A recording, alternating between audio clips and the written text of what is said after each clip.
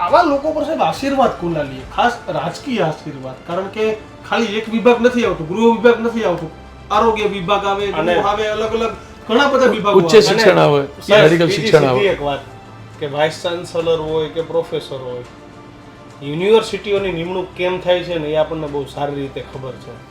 આપણે એમાં નથી પડવું કે સત્ય બોલીશું તો કોઈને ખરાબ લાગે છે, પણ હકીકત જ છે કેવી રીતે નિમણૂકો, કોના આશીર્વાદ હોય તો તમે સરકારી યુનિવર્સિટીના કે પ્રોફેસર કે કુલપતિ બની શકો. એટલે એ સેટિંગ બધાને ખબર જ છે કે કોના આશીર્વાદથી બની શકે.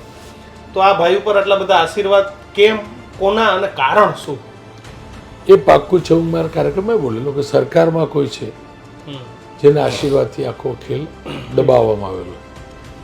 ખેલ તો પેલા ભાઈએ જ, કળા પેલા ભાઈએ જ કરી, પણ એ કળા ઉપર પડદો પાડવાવાળો સરકારમાંથી કોઈ જબરજસ્ત વજનદાર વ્યક્તિ હશે. અને હું તો ફરીથી કહું, યુનિવર્સિટી કેસ દાખલ જ નથી કરી. યાર તમારી 3, હું તો કહું ચલો ચોરી થઈ ગઈ હતી, રોજમદારે ચોરી, તો તમારી 3 આન્સર બુક ચોરી થઈ તો તમે ફરિયાદ નહીં નોંધાવતા 7 વર્ષ સુધી. હા, 7 વર્ષ સુધી.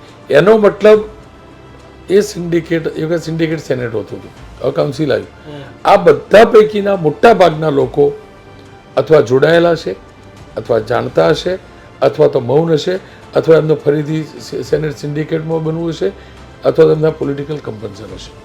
આટલા બધી કંઈક ના કંઈક તો હશે. પણ સાહેબ અવડી મોટી યુનિવર્સિટી હોય, પરીક્ષાના જ્યારે પણ આ આન્સર કી બધું ક્યાં રખાતું હોય વિદ્યાર્થીઓને ન ખબર હોય, એ સિલેક્ટેડ લોકોને જ યુનિવર્સિટીમાંથી ખબર હોય ભાઈ એમબીબીએસની આન્સર કી ક્યાં છે, એમબીએની આન્સર કી ક્યાં છે. તો અને એ એકદમ જે પોસ્ટ કી ઉપર રહેલા લોકોને જ ખબર હોય, નીચે પણ કોઈને ખબર ના હોય. તો સીધો મતલબ છે કોકના તો આશીર્વાદ હતા જ અંદરથી. ના ના, સીધો એ ક્લિયર જ છે.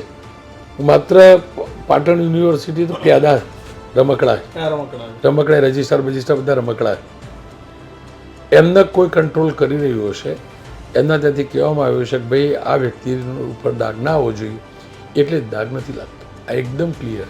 હું તો કહું જ છું ભાઈ, આટલા જેટલા નામ બોલ્યા એમાંથી જેને મારી ઉપર કેસ કરવો એ કરે, હું ખોટો હતો. જ્યુડિશિયલ મેટર હું જાજુ બોલતો નથી, પણ જેને પણ લાગતું હોય કે રોનક પટેલ મારી યુનિવર્સિટીને બદનામ કરે, મારી ઉપર કેસ કરે. ઋષિકેશ પટેલને લાગતું હોય કે મારું મેડિકલ શિક્ષણને બદનામ કરે, મારી ઉપર કેસ કરે.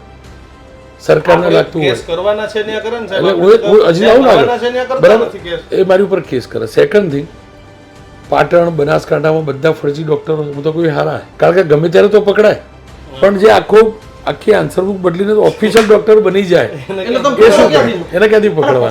ખ્યાતિકાંડ જ થાય, બીજું થાય ખ્યાતિકાંડ આ રીતે જ થાય. અને દુઃખની વાત તો જો આ બધા મફતની અંદર શિક્ષણ લેવા વાળા લોકો